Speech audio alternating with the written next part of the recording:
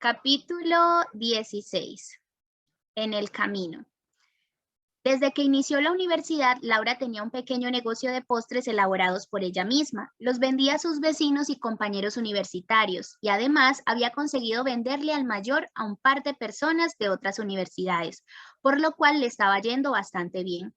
Además de la reinversión, sus ganancias iban a sus ahorros personales, los cuales había decidido usar en su viaje a la ciudad de la eterna primavera, con ayuda, por supuesto, del dinero que había ganado en el modelo de la ONU organizado por el gobierno. Tan solo había pasado 2 semanas desde el mejor beso de su vida y estaba extasiada con la idea de volver a ver al protagonista de aquella escena. Eliana, por su parte, era la primera vez que salía del país y se encontraba emocionada como niño con pelota nueva. De hecho, tenía las maletas hechas desde el día en que Christian partió de la ciudad. Cristian apareció 4 días después de marcharse. Escribió un hola que desestabilizó a Laura y un cómo vas que la hizo gritar de alegría. Al otro lado de la frontera, Cristian estaba tan emocionado como ella por la oportunidad de volverla a ver. Y al igual que Laura, había cambiado ciertos aspectos. Aunque mantenía en el mismo porcentaje su posición política, se había vuelto una persona más sociable y sin barba. Sí, luego de descubrir que a Laura no le gustaba, había decidido cortársela. Sus padres y familiares se extrañaron demasiado de aquello. Ese viaje lo había cambiado radicalmente, pensaban. Christian manifestó su emoción contándoles a personas no tan cercanas la historia de cómo había conocido a una pecosa irreverente que le había robado el sueño, volviéndose sin querer alguien más amigable. A partir de ese hola, las palabras fluyeron por sí solas. Christian sugirió iniciar una relación a distancia, al menos hasta que ambos acabasen sus estudios, pero Laura lo rechazó. Es muy pronto, debemos conocernos más. Seamos amigos hasta que el destino nos coloque frente a frente otra vez. Y si las cosas siguen igual, podríamos intentarlo, alegó Laura. Al instante, Christian sintió que la debía volver a ver lo más pronto posible, y su ansiedad se calmó un poco cuando se enteró que Laura destinaría sus ahorros para visitarlo. La ansiedad de Christian, la emoción de Liana y las expectativas de Laura hicieron transcurrir a paso de caracol las 2 semanas previas al viaje a la ciudad de la eterna primavera. Cuando el gran día llegó, Eliana recibió de sus padres miles de bendiciones y dinero extra, al igual que Laura de Carmen. Ambas emocionadas subieron al bus, se irían por tierra para minimizar costos. Este fue el primer viaje de muchos que hizo Laura a dicha ciudad, e irónicamente el más cómodo. Llegaron a la ciudad vecina del pueblo fronterizo a las 2 de la madrugada y tenían 3 opciones: esperar en el terminal el bus más económico que cruzaba la frontera, tomar de una vez un carrito más costoso compartido con un par más de personas o pasar la noche en un hotel y salir al otro día en el bus barato. Por economía y aventura, eligieron la primera opción. La noche estaba tan helada que hacía arrepentirse a las chicas de su decisión minutos después de tomarla. Pero no se rindieron. Buscaron un banco dentro del oscuro y tenebroso pasillo del terminal y se sentaron. Al instante llegó una señora con 3 niñas, un niño y un bebé. Sacaron 2 sábanas y las tendieron en el suelo. Se acostaron y acobijaron con otro par. Con cada minuto la noche parecía volverse más fría y oscura. Había pocas estrellas y poca seguridad. Era mayor el temor a un ladrón que a un fantasma. Una larga hora después llegó un señor con un morral inmenso en su espalda y un pedazo grande de cartón en las manos. Lo echó al suelo y se sentó frente a las chicas. Sacó un termo de café y una bolsa beige llena de pan. ¿Quieren un poco?, ofreció. No, gracias, dijo Laura, y sí, gracias, Eliana, al mismo tiempo. ¿Qué haces? No puedes aceptar cosas de extraños así como así, dijo Laura entre dientes, tratando de no ser escuchada. Tranquila, no soy el malo de las historias, dijo el señor, mientras hacía a un lado el termo y metía su mano al bolsillo. Los corazones de las chicas subieron hasta sus gargantas, y luego el señor sacó una placa. ¿Eres policía?, preguntó Eliana. Sí, respondió él. Genial, expresó Eliana contenta, pensando que tenían mucha suerte. Entonces yo también quiero café, dijo Laura, y el policía sonrió. ¿Por qué pasas la noche aquí?, preguntó Eliana. Mañana cruzaré la frontera y quiero ahorrar. El cambio está fuerte, entonces economizo en lo que pueda. Nosotras también, ¿a qué partirás? Oh, no, no, yo solo llego ahí mismo, ahí tengo todo lo importante. ¿Y a qué vas? A ver a mi hijo, intento visitarlo cada mes. ¿Por qué está allá?, preguntó Laura. Yo mismo decidí que se fuera. Aquí me vi apretado. Si le daba ropa, no le daba comida. Si le daba comida, no había para medicinas. Si tenía plata para medicinas, no las había en las farmacias. Vivir aquí no es vida. Por eso aprovechamos que mi mujer tenía la nacionalidad de allá, entonces ella se fue con el niño. ¿Por qué no te fuiste con ellos? Al principio lo hice, pedí un permiso en mi trabajo aquí de manera que si no funcionábamos allá, nos regresáramos. ¿Y qué pasó? A ella le funcionó por tener nacionalidad. En menos de 2 semanas ya tenía un trabajo en un supermercado. Ella es abogada, pero eso no la desanimó. A mí, en cambio, me fue muy difícil. Me pedían visa de trabajo. Averigüé para sacarla y absurdamente me pedían un contrato con una empresa. Pero entonces uno iba a una empresa a presentarse a entrevista y el primer paso era presentar la visa de trabajo. No concuerda en absoluto ese proceso. Obviamente lo hicieron para las personas que tuviesen contactos. Qué triste, agregó Eliana. Triste fue la despedida, eso fue desgarrador. Decidí venirme mientras intento obtener la nacionalidad por estar casado con ella. Pero ustedes saben cómo están esos procesos aquí, súper lentos. Igual ya no hablemos de eso, cuéntenme, ¿a dónde van ustedes? A la ciudad de la eterna primavera, respondió Eliana. Qué chévere, es una ciudad en verdad hermosa y su gente no se queda atrás. ¿La conoces? Preguntó Laura. Sí, de joven iba y venía todo el tiempo. Ya muero por estar allá, dijo Eliana. ¿Qué tal es tu trabajo? Preguntó Laura, cambiando drásticamente el tema. ¿En qué sentido? ¿Has matado a alguien? Preguntó Laura, curiosa. Laura, intervino Eliana. Tranquila, tranquila, dijo el policía a Eliana con una sonrisa. Y sí, sí he matado a un par de personas. Wow, ¿te sentiste mal después? No, no me he sentido mal, he matado a gente mala. ¿Y no temes al castigo de Dios por matar a tipos que mataban inocentes? Un día un profesor de confirmación me dijo que cuando uno le colocaba un pero o un depende a los mandamientos de Dios, estaba mal. Todo el mundo interpreta como quiere la palabra de Dios. Igual, ¿para qué el libre albedrío? Si nos castigaría por hacer algunas cosas o dejar de hacer otras, ¿para qué darnos libertad de escoger? Para elegir nuestras vidas, pero escuchando su voz. Entonces, yo debía dejar que me mataran en vez de yo a ellos, dijo sonriendo el policía. Tal vez. Yo creo que todos tenemos una razón de existir. El médico curar, el ingeniero construir, el policía proteger y así sucesivamente hasta llegar a Dios, que también tiene su razón, nosotros. Pienso que sin esa libertad Dios no tendría trabajo, por ende no existiera, respondió el policía y Eliana asintió sorprendida. Pero esta libertad es una consecuencia del pecado original, refutó Laura. La libertad siempre estuvo y somos nosotros quienes hemos implantado lo que es bueno y lo que es malo, lo que es bonito y lo que es feo. Tal vez Dios desea conocerse a sí mismo a través de nosotros.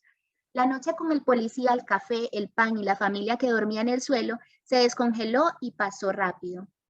El bus a la frontera apareció con el sol y los tres partieron, llegando a sus destinos sin problema. Una vez allí se dirigieron a distintas casas de cambio buscando el mejor precio. Tras convertir su dinero, se despidieron y se encaminaron a su destino final. El policía a los brazos de su hijo y Laura y Eliana a la capital de la montaña. Fueron 16 horas muy cómodas en el bus, pues este era diferente a los que acostumbraban. Tenía tomacorrientes para conectar los cargadores de los celulares, Wi-Fi, TV y proveían a los pasajeros con pequeñas sábanas para el frío.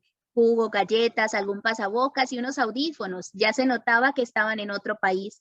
Y como un par de monos curiosos, Laura y Eliana usaron y comieron todo. En el camino apreciaron carreteras muy diferentes a las de su país, con buen alumbrado y ningún hueco al parecer. ¿Cómo es posible que mi país con tanto recurso no pueda tener unas calles así? Pensaba Laura. El país que visitaban era conocido como Tierra de Mar, pues era el único de América del Sur que gozaba con el privilegio de bañar sus costas con dos mares, el Caribe y el Pacífico, lo cual, sumado a tener una enorme extensión marítima y limitar con 11 países diferentes, le daba una garantía para su desarrollo y sostenimiento económico y social. Lo más apreciado de esta tierra era definitivamente su gente, satisfecha de color y calor, que encantaba a los turistas y a ellos mismos, pues si los veían en el exterior, siempre andaban enorgullecidos de su país y dejándolo bien alto, cantando vallenato y extrañando su inmejorable café de las mañanas. Camino 17. Camino. Capítulo 17. Ciudad de la eterna primavera. Laura y Eliana Estaban más que felices cuando llegaron a la ciudad de la eterna primavera. Irradiaban buenas vibras a todo el que las miraba. El terminal era inmenso y conectaba con una de las estaciones del metro. En la estrella las esperaría Christian, al parecer una punta de la ciudad, porque era la última estación, o la primera, todavía no lo sabían. Embargar el metro fue una osadía, pues llegaron con el amanecer y era una hora pico en la ciudad, lo cual colapsaba todo medio de transporte. Perdieron dos chances de entrar a los vagones del metro porque tratar de hacerlo con maletas a cuestas y con tanta gente no era nada sencillo. Cuando al fin lo lograron, recordaron el molesto y peligroso metro de su capital, pero igual se sentían bien, porque al menos en este no las habían robado, no aún.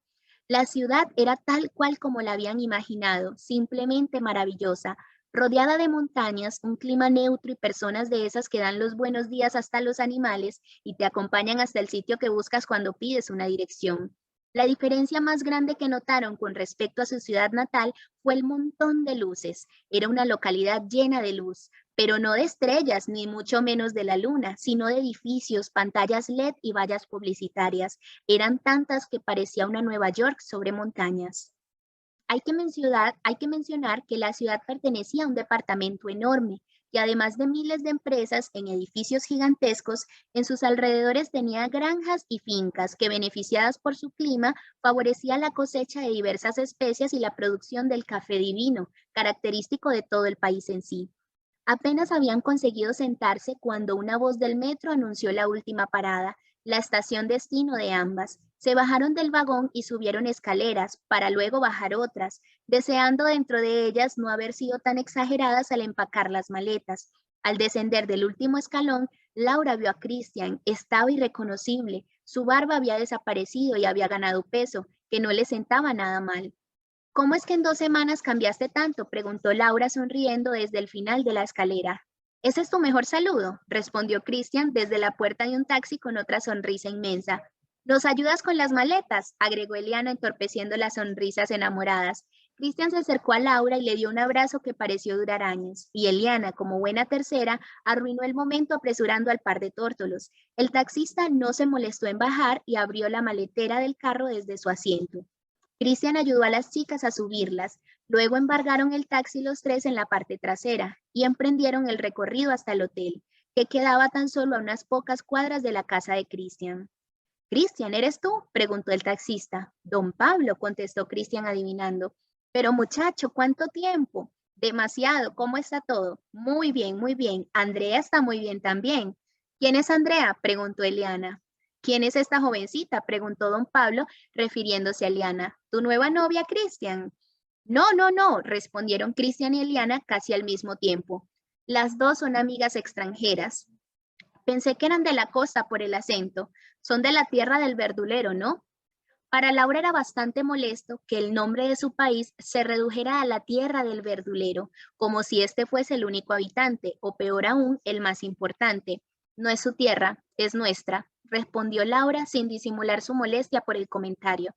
«Tranquila, tranquila, yo amo a la pequeña Venecia, solo no estoy de acuerdo con ese nuevo presidente», se defendió don Pablo. «¿Pequeña Venecia?», preguntó Eliana. «¿No conoces la etimología del nombre de tu país?», preguntó en una sorpresa falsa don Pablo. Según rumores, fue un italiano en compañía de un español quienes nombraron así a nuestro país cuando en sus exploraciones lo encontraron, dijo Laura. «Exactamente, Vespucio y de Ojeda, pero sobre todo Vespucio», agregó don Pablo. «Sí, quien era de Florencia», anexó Laura como en una competencia de conocimiento contra el taxista. «Parece que sabe mucho de nuestro país», agregó Eliana. «Vivía ya un gran tiempo». «¿En serio, don Pablo?», preguntó Christian. «Sí». «¿Y por qué regresó?» «Por cobarde, hijo». «Cuéntenos la historia», dijo Eliana. «Será para otra ocasión. Ya llegamos», dijo don Pablo señalando el hotel. «Les ayudaré con las maletas». Todos bajaron hacia la maletera del carro. Don Pablo fue el primero. Bajó la primera maleta y se la dio a Christian, la segunda a Eliana y la tercera a Laura, quien al recibirla y mirar al taxista a la cara se desplomó en un desmayo, como reflejo de quien defiende su vida propia. Don Pablo sostuvo el cuerpo de Laura antes de caer al suelo. «¿Pero qué le ha pasado?», gritó Eliana asustada. Debe ser una reacción al clima o mareo por el camino. ¿Comieron bien?, preguntó Cristian sin perder la calma. ¿Cómo se llama esta niña?, preguntó don Pablo con una sensación extraña en el pecho. La verdad, no hemos comido nada desde la parada del bus y fue hace mucho. Tal vez fue por eso. ¿Y qué carrizo importa cómo se llama en este momento?, dijo Eliana con los nervios de punta. Tranquilícete, Eliana, discúlpela, don Pablo.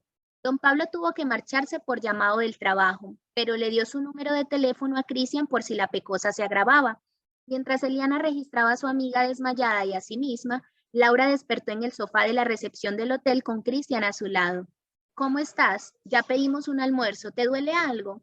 Estoy bien, respondió Laura frunciendo el ceño y llevándose la mano a la cabeza. Debes descansar y comer bien, agregó Cristian. El taxista, ¿dónde está? Ya se ha ido. ¿Quién es él?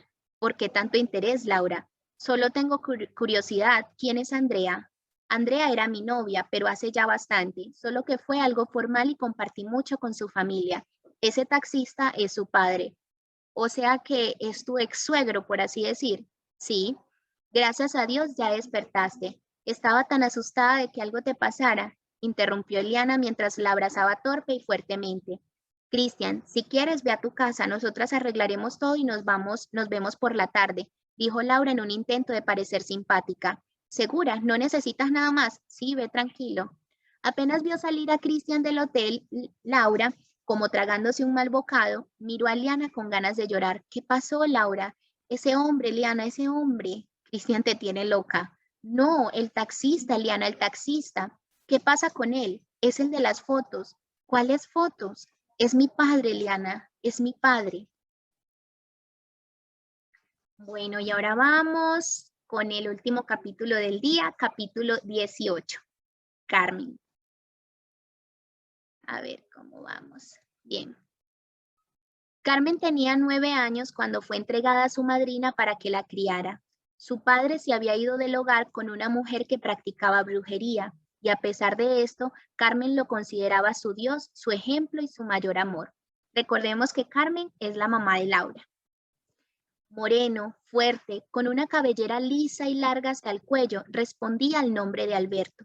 Era músico, bohemio, compositor y marinero, hombre de la vida y nómada. Para Laura no había cosa más entretenida que escuchar las historias de su abuelo el marinero u oírle cantar sus canciones llenas de aventura, desamor y desenfreno. Cuando Alberto abandonó el hogar, Carmen tuvo que madurar más temprano. Su madre, quien creía no poder con la crianza de 3 niños, tuvo que elegir de quién deshacerse, pero Rubí, la hermana mayor de Carmen, no era una opción, tal vez por el amor que se desarrolla al primer hijo o porque ya estaba grandecita y podía empezar a trabajar pronto, ayudando a mantener el hogar. Carmen nunca pensó que existiese tal opción. Para ella solo existía la creencia de que su madre prefirió a su hermana ante ella, lo que la llenó de rencor con los años y le desarrolló una enfermedad psicológica llamada borderline, que sabía disimular en sus discursos. La decisión se le hizo más fácil a la madre de Carmen cuando se comunicó con Anastasia, la madrina de sus 3 hijos. Dame a la cantante, dijo ella refiriéndose a Carmen. Me duele mucho, Anastasia, pero sé que contigo va a estar mejor, le respondió Coromoto. Anastasia había sido una mujer astuta, por no decir otra cosa. En su vida poco había trabajado, pues se había dedicado a vivir de la fortuna de diferentes hombres, pero del primero se había enamorado locamente. A sus 17 años quedó embarazada de su amor verdadero, don Castellana. Se conocieron en una fiesta donde ella era la protagonista del baile y él el del dinero. Aunque fue su billetera el amor a primera vista de Anastasia, sus ojos, machismo y vejez la enamoraron con el tiempo. Cuando don Castellana recibió la noticia del embarazo, lleno de alegría se encaminó hacia su casa, donde lo esperaba la futura madre de su bebé. Pero nunca llegó. A pocas cuadras, un camionero perdió el control de su camión y se estrelló contra don Castellana, dejándolo sin rostro y sin latidos. Anastasia, quien había dejado el baile y las fiestas nocturnas tras entregarse al amor de su vida, volvió a lo que ella llamaba su mundo. Abortó a la criatura y se convirtió en una cazadora de fortunas que rompería hogares y corazones. Anastasia le enseñaría a beber a Carmen, a bailar y a ganarse la vida con su belleza y sus dotes. También le enseñaría a hacer la cama, trapear, barrer, cocinar y lavar 14 baños cada 2 días, a veces 3 cuando la madrina andaba de humor. A sus 10, Carmen cantaba en las fiestas de Anastasia y los aplausos de todos los presentes la llenaban y le hacían olvidar esporádicamente el abandono del hombre de su vida, su padre. Lo que Rubí era para Coromoto, Carmen lo era para Alberto. Cuando nació, la crió a su semejanza. Le enseñó a leer y a cantar, a hablar inglés y a ayudar al prójimo, característica causante de las peleas constantes con Coromoto, pues una vez por mes, un mendigo traído a la casa por Alberto dormía en su sala, y 6 veces por año amanecían siendo víctimas de un robo, a veces de televisores y otros artefactos valiosos, otras solo de comida. 3 años más tarde de haberse ido a vivir con la bruja, Alberto se enteró de que la niña de sus ojos vivía con la cazafortunas de la ciudad, volvió a su hogar primero y le dio una golpiza de palabrerías a Coromoto por ello.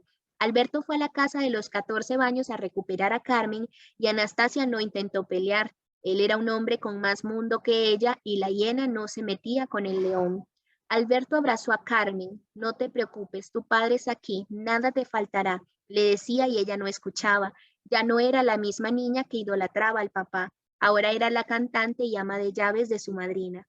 Fueron hasta la casa de la bruja, una mujer con energías más fuertes que la de la misma Anastasia. Sin embargo, Carmen vio en ella a la madre que nunca tuvo. Aprendió de ella a vestirse, peinarse, caminar y ser inteligente, pero también aprendió a leer las cartas, a ser poseída por las almas en pena y a fumar tabaco. A Alberto no le preocupaba aquello, su hija debía ser una mujer fuerte, no una débil llorona como lo era Coromoto, su madre. 2 años después, Alberto volvió a vivir con su débil llorona. La bruja ya no lo quería igual, y Coromoto, respetando los principios del matrimonio por la iglesia, lo recibió con los brazos abiertos. Ahora Carmen tenía 3 madres, la que le enseñó a cocinar, limpiar y beber, la que le enseñó a leer las cartas, arreglarse y hacer rituales con tabaco y cartas, y la que la llevó en su vientre, pero prefería a su hermana.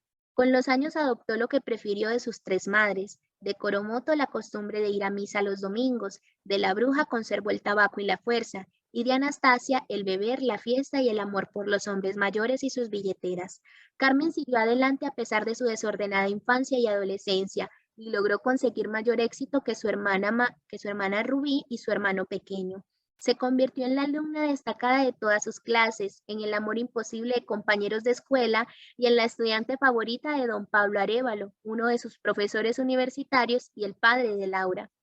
Alberto seguía viendo a la bruja de vez en vez, solo cuando ella así lo quería, y Carmen lo sabía porque iba a verla con él. Extrañaba sus mimos y el olor del tabaco. Coromoto también lo sabía, pero se resignaba. Es solo una aventura que pronto acabará, se decía queriendo creérselo. Cuando Carmen a sus 19 quedó embarazada de su profesor de universidad, Coromoto propuso el aborto. Será una estrella con brillo propio. Debe nacer, dijo la bruja tras leer las cartas, y contra mi cadáver habrá un aborto. ¿Dónde están tus principios religiosos? Dijo Alberto a Coromoto, defendiendo el destino de Laura. El profesor Pablo, un extranjero treintañero, perdió su trabajo a causa de la cantante de buenas notas. Su vida social y profesional se fue al desagüe y poco a poco se quedó solo con Carmen, porque toda su familia estaba en su país de nacimiento. Intentó hacerse cargo de la criatura como pudo, ganándose la vida con trabajos varios, pero se rindió al tiempo de 2 años y con una carta llena de cobardía más que todo, dejó a Carmen sola con la niña pecosa de los ojos verdes. Carmen no decayó, llenándose de rabia consiguió un trabajo nocturno. De día era la mejor estudiante de la universidad y de noche era la cantante estrella de un bingo clandestino. Le pagó a su hermana para que cuidara de Laura en su ausencia y así Rubí aprendió a ser madre antes de que llegara su primera niña. Rubí enseñó a Laura a limpiar al ritmo de la música, a jugar y a llamarle mamá. Coromoto se enamoró de Laura y la llenó de fe en Dios. Alberto la enseñó a estudiar, a leer y a ser humilde. Laura creció llena de amor, sus abuelos la amaban, Carmen daba la vida por ella y para Rubí era su primera hija. Con su ausencia, Laura llamaba a Carmen por su nombre y a Rubí mamá. Carmen, herida, emprendió la tarea de buscar una casa propia para desencariñar a Laura de Rubí. Con ayuda de su padre consiguió un empleo digno en la Casa de la Cultura de la ciudad, conociendo así a sus primeros contactos en el mundo de la política. Para el entonces existían 2 partidos que al parecer se turnaban el gobierno, un periodo uno, un periodo el otro. Así durante más de 40 años, siempre en disputa, siempre peleando. Carmen los estaba estudiando minuciosamente para ver hacia qué bando se iba ella, y en el proceso de elección de partido político hubo un intento de golpe de Estado encabezado por un militar y otros varios, con ideas izquierdistas que desacreditaban las políticas neoliberales del actual presidente. De aquel intento fallido resultaron 32 muertos según cifras oficiales. Carmen consultó sobre las ideas izquierdistas y el militar que encabezó el incidente de los 32 muertos. Le gustó y lo siguió. Fue una de las primeras en vestirse de rojo, el color que representaría la revolución del militar, y con el apoyo de muchos otros como Carmen y con la consigna del amor por las ideas del libertador y la lucha por los menos favorecidos, el militar consiguió ser presidente de la pequeña Venecia, acabando con los dos partidos políticos existentes.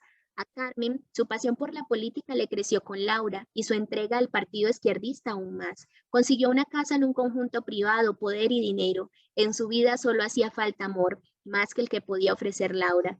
De vez en vez, Carmen, víctima del borderline, se ahogaba en lamentos pensando que su propia hija no la quería. Pero no era así. Laura la amaba a pesar de su enfermedad y sus diferencias. Después de todo, lo bueno de tener una hija siendo tan joven es que al crecer se convierte en tu mejor amiga. Laura no creció exenta de conocer el pasado atolondrado de Carmen. Hasta la carta del abandono de su inmoral padre la tenía en sus manos. Lo único que desconocía era que su abuela Kuromoto había propuesto que la abortaran. Ella sufría más que nadie la enfermedad de Carmen, pues en un segundo Carmen la llamaba puta y en otro le decía que era su única razón de vida. El borderline le fue diagnosticado a su madre tras la primera y última visita al psiquiatra que hizo. Esa enfermedad, también conocida como trastorno de la personalidad, es caracterizada por una fuerte inestabilidad emocional y el extremismo en los pensamientos de quien la padece. Una persona con borderline es capaz de sentir felicidad a niveles inimaginables, pero también es susceptible de vivir tristezas desgarradoras. Cuando a Carmen la llamaban gorda, sufría una semana por ello. Cuando a Carmen alguien se le quedaba mirando, se quedaba pensando todo el día en las razones negativas del por qué la miraba. Cuando a Carmen Laura le dijo que se iba del país, quiso suicidarse. No fue su enfermedad lo que me hizo huir del país, fue por el gobierno a quien ella apoyaba. Recién graduada se me era imposible crecer profesionalmente, mis aspiraciones se veían limitadas por la situación del país. Tengo entendido que quienes trabajaban con el gobierno vivían muy bueno. ¿No te propuso trabajar con ellos? Claro que sí, pero en vez de eso decidí venirme aquí a dormir en un colchón en el suelo mientras me acomodaba. No estoy siendo sarcástica, dejé toda mi cómoda vida por seguir mis principios y mis sueños. Tengo una hija muy valiente. Otros me dicen cobarde, Pablo. ¿Cuándo me dirás papá? Tal vez en 17 años.